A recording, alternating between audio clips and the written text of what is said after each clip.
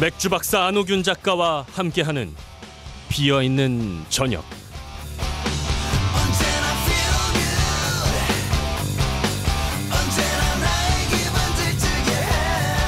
매주 금요일 맥주 이야기 나눕니다. 맥주 맛도 모르면서의 저자 안호균 작가 오늘도 연결하죠. 안녕하십니까? 네, 안녕하세요. 또 금요일이 왔습니다. 예, 한 주 한 주 정말 빠르게 흘러갑니다. 네, 그렇습니다. 시간이 너무 빨라요. 저희가 지난주부터 일본 맥주에 대해서 얘기를 나눠보고 있는데요. 자, 오늘은 어떤 내용 준비하셨어요? 네, 우리나라 맥주의 발전 양상하고 일본 맥주의 그 성장 과정이 사뭇 닮아 있는 부분들이 있어서 저희가 한번 살펴보려고 생각을 하고 있는데요. 예. 저희가 함께 우리나라 맥주에 대한 이야기를 진행할 때도 갑작스러운 사건으로 인해서 시장 상황, 시장 판도가 확 바뀌어버렸다라는 말씀을 드린 적이 있었는데요. 예. 그때 낙동강에서 있었던 페놀 방류 사건이 그 계기가 되었었죠. 기억납니다. 예. 그런데 일본에서도 점유율이 급격하게 역전됐던 사건이 있었는데요. 아, 그래요? 그 사건, 네, 그렇습니다. 그 사건이 사람들의 표현으로는 드라이 전쟁이라고 하는 사건입니다. 예. 네, 이 사건은 1987년에 일어났던 일인데요. 진짜로 전쟁이 벌어졌던 것은 아니고요. 예. 아사땡이라고 하는 맥주 회사가 발매한 슈퍼드라이라고 하는 맥주 때문에 촉발되었던 맥주 업계의 아주 치열한 시장 증탈전이었습니다. 예. 이 사건이 있기 전까지만 하더라도 일본에서는 전후에 꾸준하게 기땡이라고 하는 저희 그 목이 긴 짐승 있죠. 기땡이라는 이름을 달고 있는 맥주 회사가 시장 점유율 50%를 계속 상회하면서 여기 이 드라이 맥주를 내놓게 되는 아사땡 같은 경우에는 점유율이 10% 이하로 떨어져서 회사가 혹시 도산하는 것 아닌가 하는 우려를 시장에서 자아낼 정도로 굉장히 어려운 실정이었습니다. 예. 그 상황에서 1987년에 이 슈퍼드라이라고 하는 맥주를 발매하게 되면서 기땡이라고 하는 회사의 시장 점유율이 50% 이하로 내려가게 되고요. 오. 현재도 일본 시장의 40%, 예. 기땡은 그 이후에 50%를 한 번도 회복하지 못하고 현재도 약 35%의 시장 점유율을 가지고 있는 상태가 되어버렸죠. 예. 이거는 이후에 드라이 전쟁이 일본 맥주의 맛을 도리어 후퇴시켰다라고 하는 비판도 있기는 했지만 이러한 치열한 마케팅 전이라든지 아니면 맥주 회사들이 새로운 맥주를 처음에는 당연히 드라이 맥주를 따라하는 미투 전략을 사용했지만 예. 이후에는 그것이 모두 실패로 돌아가면서 자신들만의 개성 있는 맥주를 내놓지 않으면 시장에서 살아남을 수 없다라는 교훈을 남기면서 한편으로는 일본 맥주가 한 방향으로 가다가 또 한편에서는 다른 노력들이 일어날 수 있는 촉매제가 됐다라는 상반된 평가를 받기도 하는 사건이었습니다. 아, 그렇군요. 이 아사땡 맥주가 만든 드라이 맥주라는 게 뭐 어떤 차별점이 있었던 거예요?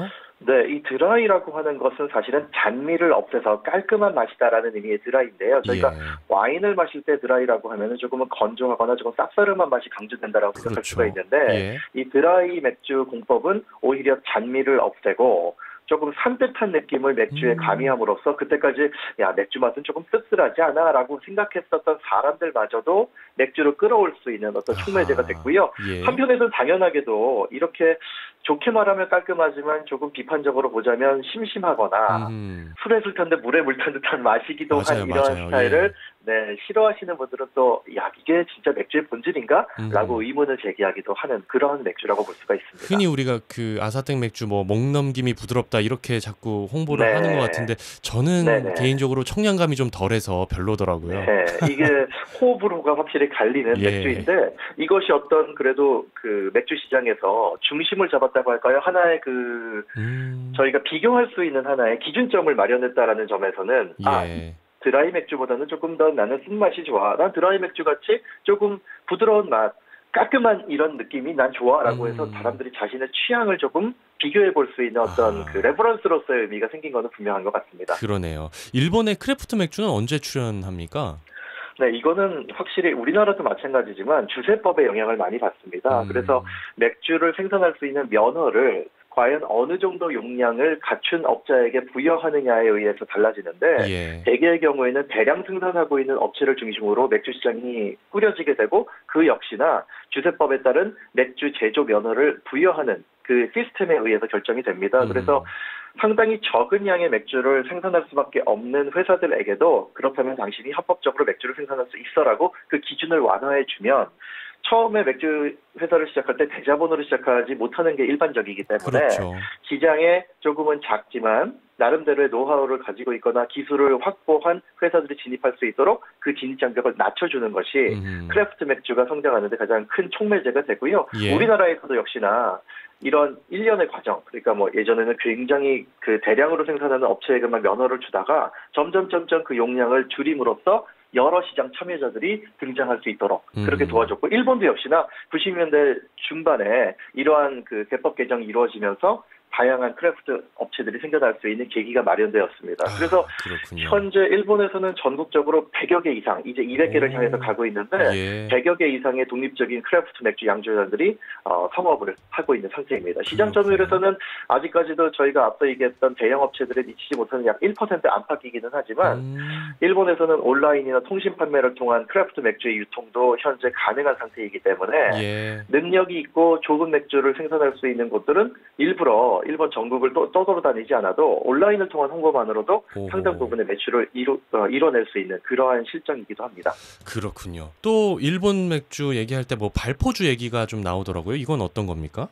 네, 그렇습니다. 발포주라는 것은 일본의 세법상 맥주에 사용되는 메가의 함량을 67% 이하로 낮춰놓은 맥주들을 부르는 이름이고요. 그래서 거품이 나는 술이다라고 해서 맥주라는 이름 대신에 발포주라는 이름을 쓰고 있습니다. 이것은 저희가 이후에 독일 맥주에 대해서 이야기할 기회가 있으면 독일 맥주 같은 경우에는 이른바 독일 맥주 순수령이라고 하는 법령이 있었죠. 이미 예. 1500년대에 제정돼서 지금까지도 지켜지고 있는 상황인데요. 예. 독일 같은 경우에는 67%가 아니라 100%를 메가를 사용하지 않으면, 즉 보리 이외에 다른 주정에 사용되는 다른 재료가 들어갈 경우에 아예 비어, 맥주라는 이름을 제품에 사용할 수 없을 정도로 엄격한데 예. 일본 같은 경우에는 그 기준이 약 67%인 셈입니다. 그래서 67% 이하로 그 메가 함량을 유지할 경우 장점이 두 가지가 생기는데요. 예. 하나는 일본의 주세법상 메가를 기준으로 그 세금을 매기게 되어 있는데 67% 이하, 지금은 50%로 이게 좀 달라지기도 했지만 67% 이하의 술에 대해서 매겨지는 세금이 일단 줄어들게 되고요. 술을 만드는데 사용되는 메가의 함량이 높을수록 당연히 재료비가 상승하게 되는데 예. 그 나머지 메가가 차지하지 않는 부분은 뭐 쌀이라든지 감자 전분이라든지 옥수수 같은 재료로 채우게 됨으로써 생산 단가를 낮출 수 있는 효과가 있습니다. 그래서 예. 같은 용량의 그 술인 경우 맥주에 비해서 발포주는 약 50에서 60%의 가격에 일본에서 판매될 수 있는 상황이 벌어지게 됐죠. 그렇군요. 그런 면도 또 있네요. 이거는 이제 일본의 이른바 그 거품 경제의 붕괴와 더불어서 예. 일반적인 사람들의 서민들의 그 지갑이 상당히 얇아지고 앞으로도 나의 경제 환경이 나아지지 않을 것 같아라는 사람들의 그 정서가 생기면서, 그렇다면 이렇게 비싼 맥주를 내가 매일 마셔도 될까? 그렇다면 조금 싼 맥주로 가야 되지 않을까?라는 사람들의 정서를 반영해서 발포주가 탄생하게 됐는데, 현재는 이러한 발포주가 일본 맥주 시장에서 굉장히 큰 비중을 차지하고 웬만한 그 마트나 편의점의 매대에 보면 맥주와 거의 절반씩을 차지하고 있을 정도로 시장이 굉장히 커진 상태입니다. 그게 딱 보면 육안으로 구분할 수가 있어요? 네, 그렇습니다. 예. 발포주에 대해서는 맥주, 그러니까 일본어로는 이제 그 히라가나로 비루라고 하는 써있는 네. 그 표시를 할 수가 없게 되어 있고요. 그래요? 여러분들이 이렇게 찾아보시면 아예 매대 자체가 반으로 갈라져 있고 지나치게 싼 가격이 아닌가 싶은 맥주들이 진열되어 있는데, 그것은 세일을 하거나 할인 판매를 하기 때문이 아니라 맥주와는 전혀 다른, 그렇지만 드셔본 것만으로 이게 발포주인지 맥주인지를 구분하는 것은 생각보다는 어려운 일이기 그래요? 때문에 예. 네, 발포주와 맥주를 따지시기 전에 본인의 입맛에 맞는 맥주가 무엇인지를 찾아보시는 것도 괜찮을 것 같아요. 사실은 조금 예. 미안한 말씀이기도 하지만 우리나라에서 생산되고 있는 상당수의 맥주라는 이름을 달고 있는 주류들 중에서도 예. 일본의 발포주 정도의 메가 함량만을 가지고 있는 맥주들도 상당수가 있기 때문에 우리나라에서는 이제 제법상 67%를 기준으로는 하진 않기 때문에 그냥 맥주로 팔리고 있지만, 사실은 각 나라마다에 적용되는 각기 다른 기준을 적용하자면 이거는 맥주가 아닌데 할 수 있는 것들도 저희가 사실은 맥주로 마시고 있는 것도 실정입니다. 신기하네요. 독일에 만약에 그 맥주 들고 가면 맥주 취급을 아예 못 받겠군요. 그렇습니다. 맥주라고 아예 이름을 다는 것 자체가 불법이니까요. 예. 자, 일본으로 요즘 맥주 여행 다니시는 분들 꽤 있는 것 같습니다. 각 지역마다 또 맥주 공장들이 많이 있다면서요.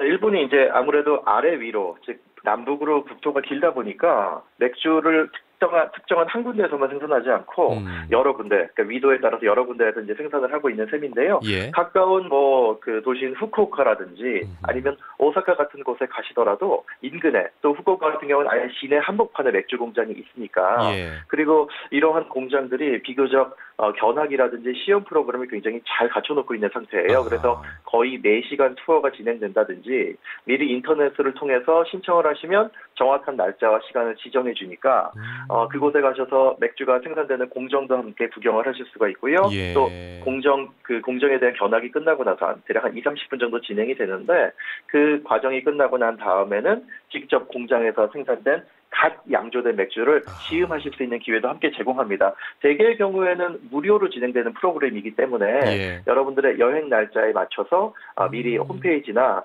다른 경로 SNS 같은 것을 통해서도 충분히 접근이 가능하니까 예. 알아보시고 참가 신청을 하시면 됩니다. 공장에서 막 생산된 맥주가 더 맛있나요? 너무 우문이긴 합니다만. 안 마셔봐서요. 이야기일지도 예. 모르겠는데, 네네. 유통을 하는 과정에서 아무래도 모든 식품은 최초에 만들어졌던, 최초에 의도됐던 신선도가 조금씩은 떨어질 수밖에 없기 때문에 예. 공장에서 갓 생산되어서 단 한 번도 밖으로 나가지 않고 그 자리에서 소비되는 맥주는 아무리 저희가 지금 뭐 아사땡의 맥주는 조금 심심하지 않았어라는 말씀을 진행자분과 제가 지금 언뜻 한 것 같은데 예. 설사 그러한 아사땡 맥주의 경우에도 공장에서 저는 이제 직접 여러 공장들을 다녀봤는데 예. 공장에서 시음하실 때의 맛은 사뭇 다르기 때문에 그래요? 한 번쯤 시도해 보실 만한 경험일 것 같습니다. 예. 또 하나 궁금한 게 있습니다. 맥주 얘기할 네네. 때 우리가 거품 얘기 자주 합니다. 거품 네. 이렇게 따를 때도 야, 거품이 왜 이렇게 많아? 뭐 이렇게 지적도 하는데 맥주하고 거품하고 뭐 상관관계랄지 그런 게 좀 궁금해요. 네, 거품을 오히려 안 만들고 맥주를 따르는 게 진짜로 뭐 프로답게 맥주를 따르는 거야라고 말씀하시는 분들도 더러 계시는데요. 그렇죠, 예. 맥주는 반드시 거품을 만들어내셨을 때 더 좋은 맛을 갖게 됩니다. 맥주 거품은 전체 잔에서 뭐 잔이 또 어떤 것이냐에 따라 조금씩 달라지긴 하겠지만 예. 일반적인 잔을 저희가 사용한다고 했을 때 대략 20에서 25% 가량의 그 윗부분을 거품으로 만들어 주시면 가장 좋고요. 예. 이 거품이 생겨난다는 것은 맥주 안에 들어있었던 탄산이 어느 정도는 바깥쪽으로 빠져나오면서 만들어내는 거가 되는데 예. 이 탄산을 하나도 밖으로 분출시키지 않고 이게 저희 소화기관으로 들어가게 되면 똑같은 탄산이 저희들 뱃속에서 예. 부글부글 끓어오르는 현상이 벌어지게 되겠죠. 상식적으로 봤을 때. 그렇다면 왠지 맥주를 먹고 좀 속이 더부룩하다거나 가스가 찬 것 같아 라는 느낌을 받을 때 이러한 것도 영향을 미치게 되고요. 예. 이 거품이라고 하는 것이 맥주와 산소, 즉 맥주와 공기 사이에 하나의 층을 만들어주니까 그 안에 담겨져 있는 맥주가 산화되면서 맥주의 고유한 아로마라든지 맛 같은 것이 산화되어서 날아가는 것을 막아주는 보호자 역할도 하게 되는 거죠. 예. 네, 그래서 맥주를 댁에서 따라서 드실 때 대략 잔을 45도 정도로 기울이시고 맥주를 따르시면은 일단은 이 상태에서는 거품이 잘 생성이 되지 않습니다. 예. 그리고 절반 정도 잔을 따르시고 나서 이 잔을 45도에서 90도로 수직으로 다시 세워주시고 그때 너무 콸콸콸콸 아니고 살살살살 처음에 따르시던 방법은 같은 방식으로 맥주를 따라주시더라도 적당한 양의 거품이 형성이 되니까 오늘 댁에 돌아가시면 예. 한번 그렇게 해서 맥주를 드셔보시면 아주 적당한 예쁘기도 하고 또 맥주의 맛도 지켜주는 멋진 거품을 보시게 될 수 있을 거예요. 예. 수직으로 세워놓고 예전에 맥주 막 따르다가 혼났던 네네. 기억이 갑자기 납니다. 네, 그렇습니다. 거품 많이 만들었다고 선배들에게 꾸지람을 듣기도 했었죠. 그러니까요. 네. 자, 저희가 코너 때마다 크래프트 맥주 하나씩 소개해드리고 있는데요. 오늘은 어디로 가봅니까? 오늘은 서울의 공릉동에 있는 바네하 땡이라고 하는 이곳은 2000년대 초반에 월드컵이라든지 여러 가지 국제 행사와 더불어서 우리나라에도 크래프트 맥주 붐이 한번 일었던 적이 있어요. 네. 그 당시에 창업했던 대부분의 양조장들은 현재는 문을 닫고 기억의 뒤편으로 사라진 상태인데 예. 이 바네하 땡 같은 경우에는 그때 시작한 맥주 업장이 지금까지도 영업을 하고 있는 그럼 말하자면은 우리나라 크래프트로 보면은 거의 할머니나 할아버지급에 해당하는 조상님에 해당하는 그러한 맥주 가게이고요. 예. 독일 스타일의 맥주를 현재 제조를 하고 있는데 IPA도 최근에는 생산을 해가지고 소비자들에게 제공을 하고 있습니다. 네, 서울 공릉동 소재 바네하땡 소개를 드리면서 오늘 코너 마치겠습니다. 다음 주에 또 재밌는 맥주 얘기로 만나죠. 고맙습니다. 네, 감사합니다. 네, 안호균 작가와 함께했습니다.